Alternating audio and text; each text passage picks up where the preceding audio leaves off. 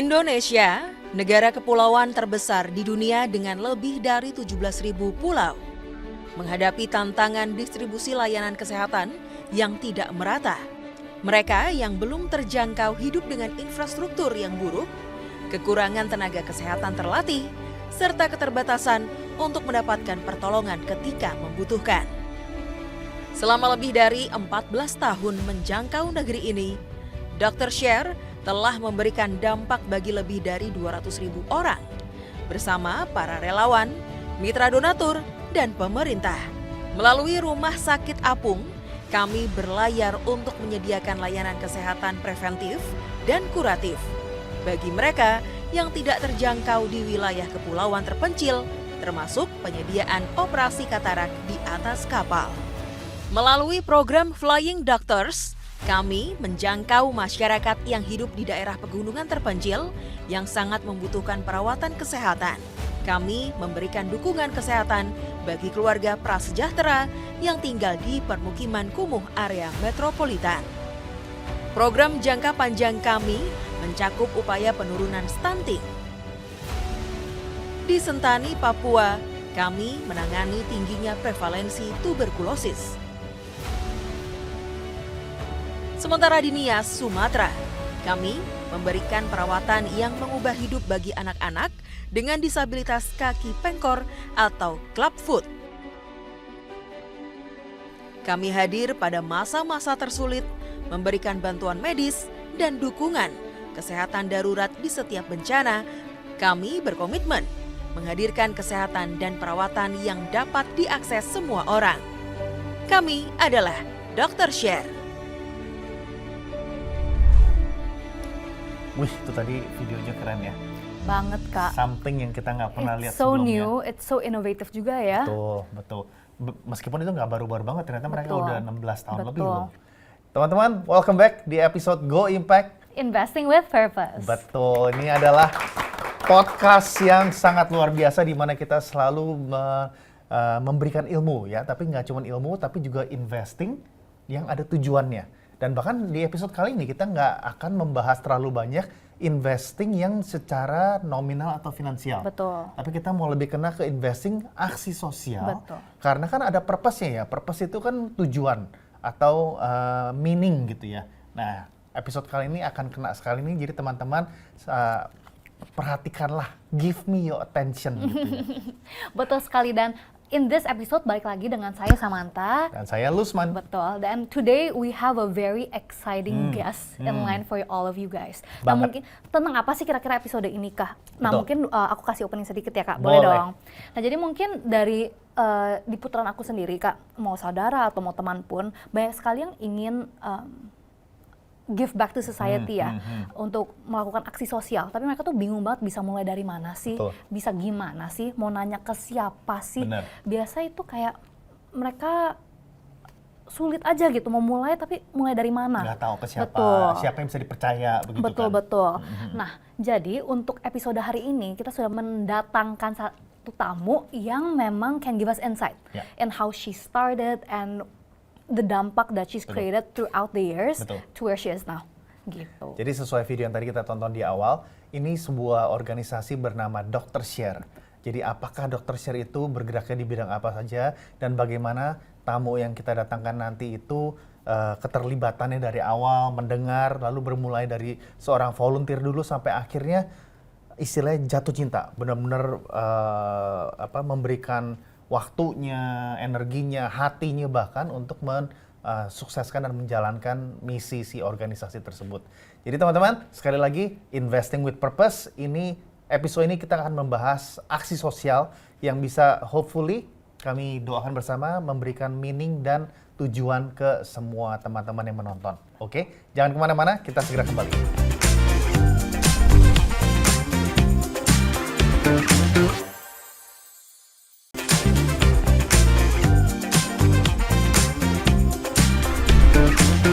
Teman-teman, selamat datang kembali di podcast Go Impact. Seperti yang tadi sudah dibocorkan di awal, di episode ini kan selalu kita mendatangkan orang-orang yang menarik ya, yang punya cerita yang seru juga, yang bisa menginspirasikan kita semua. Nah, kali ini kita kedatangan seorang kakak Juliatan dengan ceritanya yang luar biasa. Jadi beliau ini sudah menjalankan yang namanya filantropi itu bukan hanya suatu pekerjaan, tapi sebagai jati dirinya bahkan. Nah, seperti apa itu? Oke, mari kita sambut Julieta. Welcome to the podcast. Thank you, Sam. Selamat Thank datang, you. Julia.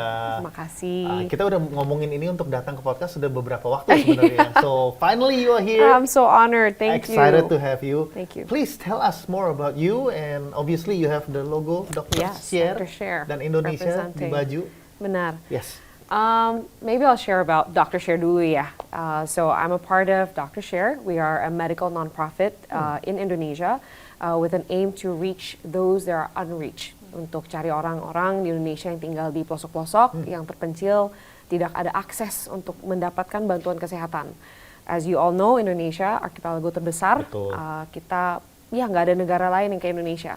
Dan challenge kita adalah kita ada 260 million people distributed across our archipelago, 17 over 1,000 island. Dan you can imagine, nggak mungkin taruh rumah sakit di setiap pulau. Dan walaupun mungkin ada BPJS sekarang, of course, untuk membantu masyarakat, tapi challenge-nya adalah banyak orang itu nggak bisa even akses bantuannya. Rumah sakit aja tidak terjangkau. For a lot of these families, itu bisa literally bangkrut mereka. They can go through bankruptcy just to get to the nearest help. Wow. So Dr. Share was birthed actually about 15 years ago when Dr. Lee Darmawan, our founder, he had this mission of just bantu orang lah, bakso sebagai dokter bedah sendiri, pergi ke daerah kecil, kasih pelayanan medis gratis. Nah, satu hari beliau lagi pelayanan di Maluku, specifically in K. Beliau waktu itu sama tim relawan Jakarta lagi melakukan operasi bedah sosial, dan tiba-tiba ada seorang ibu bawa one little girl who was dying in her hands, namanya Susanti. She had eventually traveled 3 days and 2 nights, 3 hari 2 malam naik kapal kecil dari pulau sebelah, yang dimana pulau itu tidak ada bantuan sama sekali.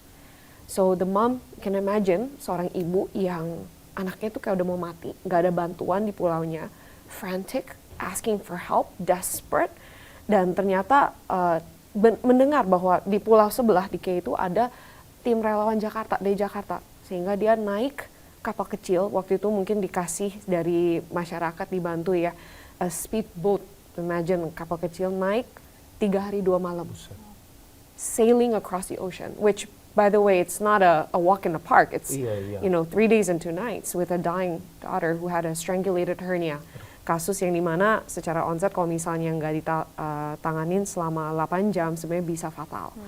Tapi mukjizat dia sampai dan ketemu Dr. Lee, dan disitulah Dr. Lee melakukan a miraculous treatment for her, dan di situ mungkin titik mulai. Dr. Lee balik ke Jakarta berpikir kalau misalnya ada satu kasus kayak Susanti, what about the hundreds and thousands of cases like her, unheard and unseen? Dan memang banyak sekali kasus begitu, sehingga beliau walaupun waktu itu sudah 60 tahun, never too late to do good, right? Yeah. He was probably thinking of slowing down in his life and retiring, but he didn't. He ended up actually feeling so called to doing more.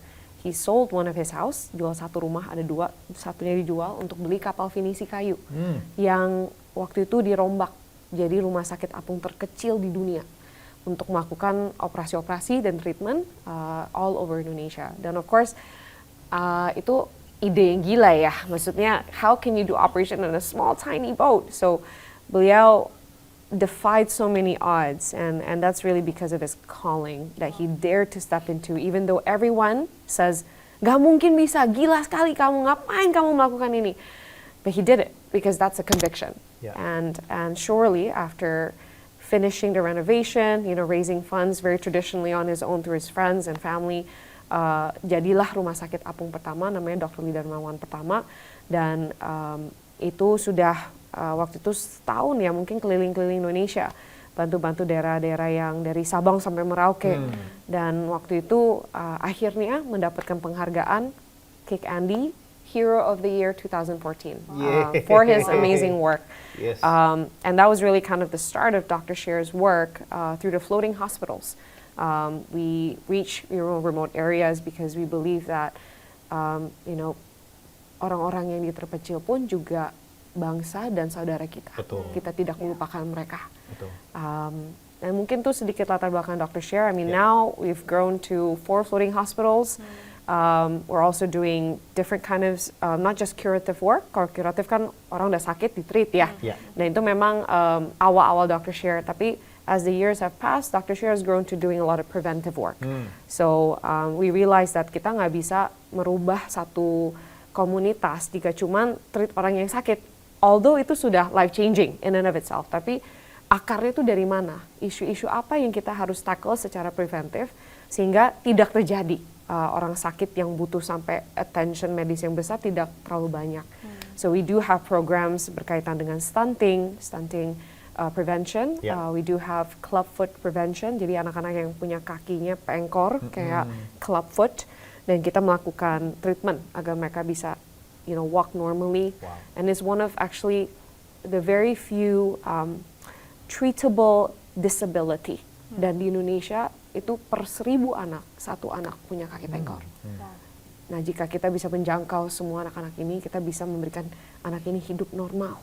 Dan mereka bisa, become able society members and work properly and provide for their families kan. But beyond that, we tackle tuberculosis. We also tackle mother and child health related issues because baik lagi kalau kita mau ngomong tentang mungkin pemberdayaan masyarakat, education, tapi kalau kesehatannya tidak ada dan tidak terbantu, we can't talk about anything else. Right? Healthcare is really at the basis of it. So that's really Dr. Sher. Is there anything else you want me to share about? Itu baru satu pertanyaan loh, teman-teman. There's so much to do. Kita berikan aplaus lagi, tepuk tangan kepada Dr. Sher karena emang pelayanan dan pekerjaannya sangat luar biasa dari dulu oleh Dr. Lee Darmawan ya. Ini sih kalau didengerin terus nggak habis-habis nih karena sangat seru ya teman-teman ya. Jadi jangan kemana-mana, kita lanjutkan obrolan kita dengan Julia Tan setelah yang satu ini.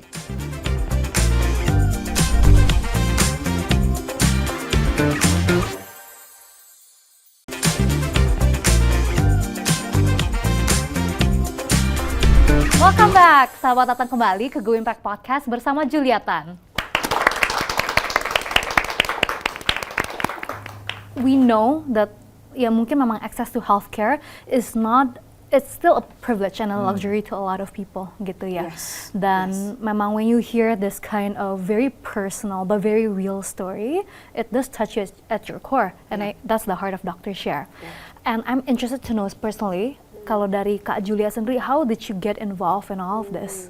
It's a great question, Sam. I was working my first year in New York in a design role, and then suddenly I got a phone call from my mom. Dari Jakarta, dia telepon, dia nangis-nangis. Saya juga bingung kenapa telepon saya di tengah-tengah siang New York time. It's midnight in Jakarta. And she said that my father had collapsed. He was on a work trip di Bali, dan tiba-tiba dia collapse dan dia dibawa ke rumah sakit terdekat di Bali. Dan waktu itu, my mom thought it's a heart attack. So she was trying to get on the first flight to Bali, obviously frantic, nggak tahu mau ngapain. I remember praying for her, but I also became frantic myself because I thought, if I don't see my dad again, like I would regret it my entire life. So pulang ke Indonesia, waktu itu ketemu papa, dan puji Tuhan bukan heart attack. It was something else. It was also severe. But I didn't know that it was during this trip that I would be exposed to Dr. Sher's story. My father nggak sengaja nonton Kick Andy, pas lagi sakit nonton Kick Andy punya show, Dr. Lee Darmawan mendapatkan Hero of the Year Award.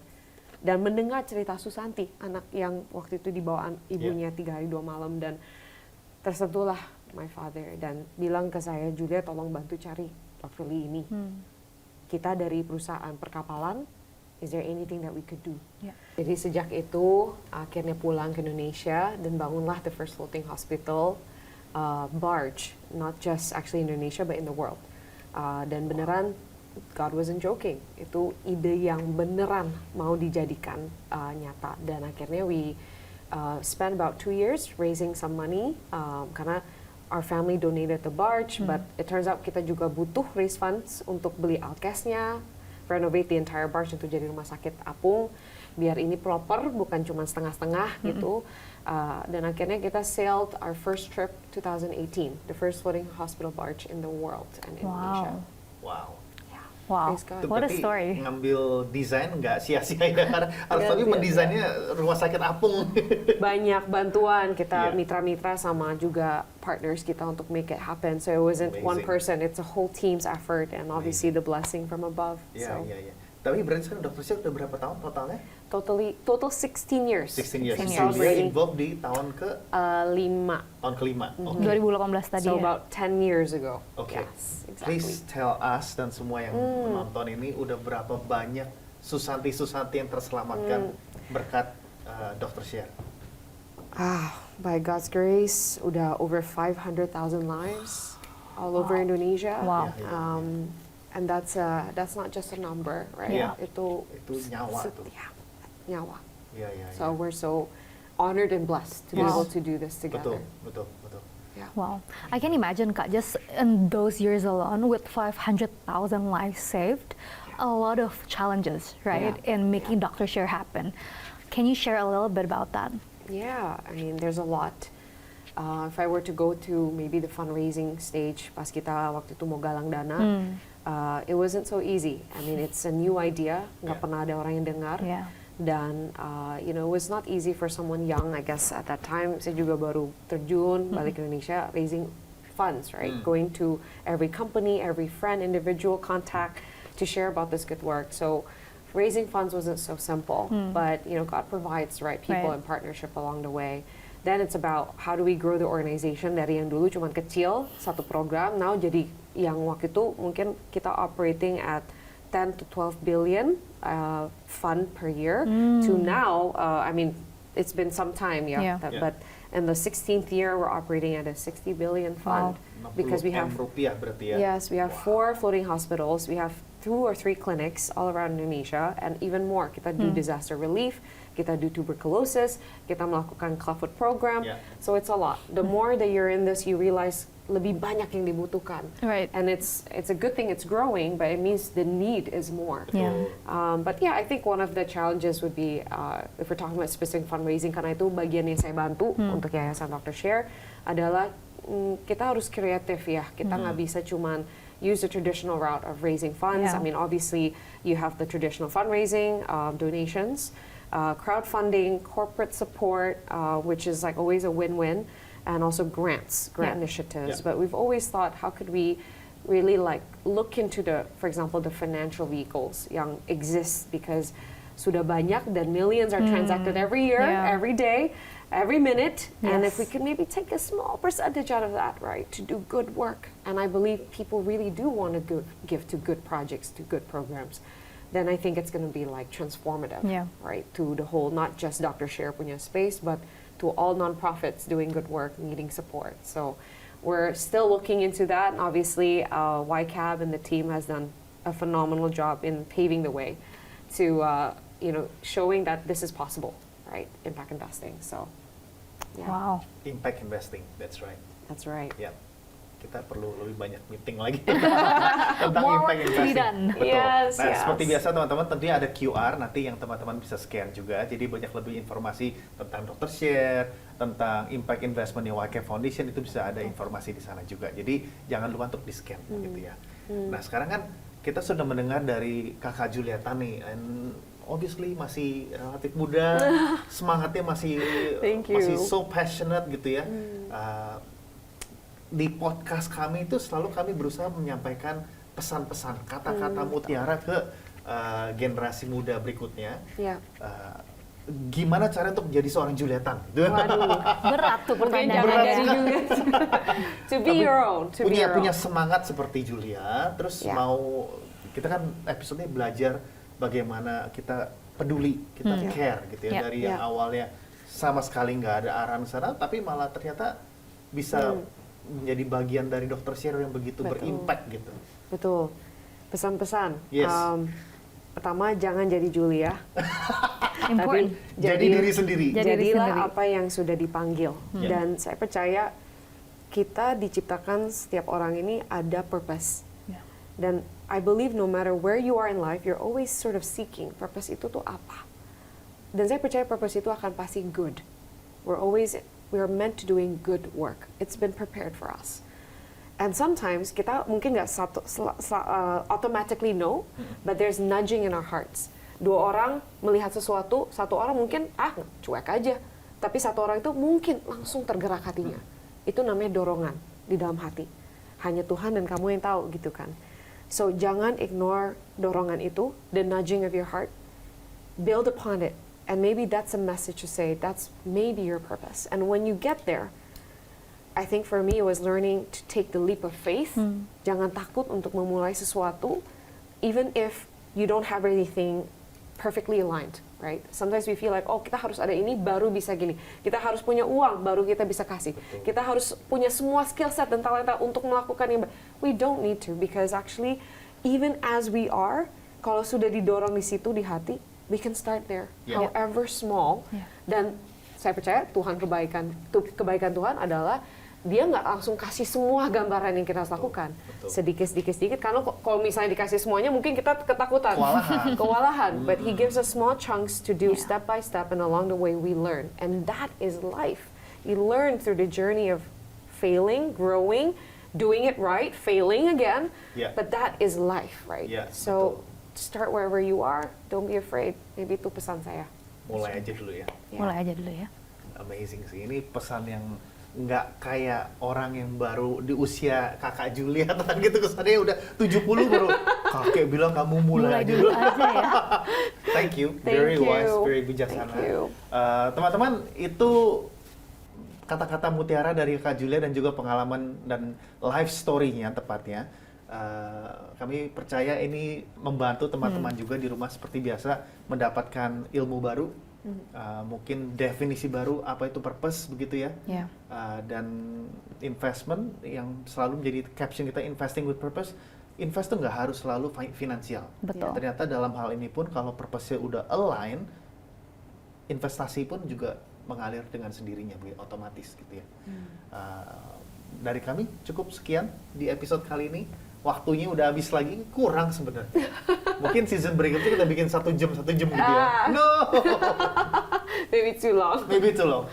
Oke teman-teman, terima kasih sudah bergabung dengan kami lagi. Tentunya ini bisa ditonton diulang di Smile TV, tapi juga bisa di YouTube-nya YK Foundation. Jadi kalau ingin dinonton ulang, berulang-ulang kali, kami akan sangat appreciate dan teman-teman bisa menemukannya di YouTube. Oke, terima kasih dan sampai jumpa di episode berikutnya.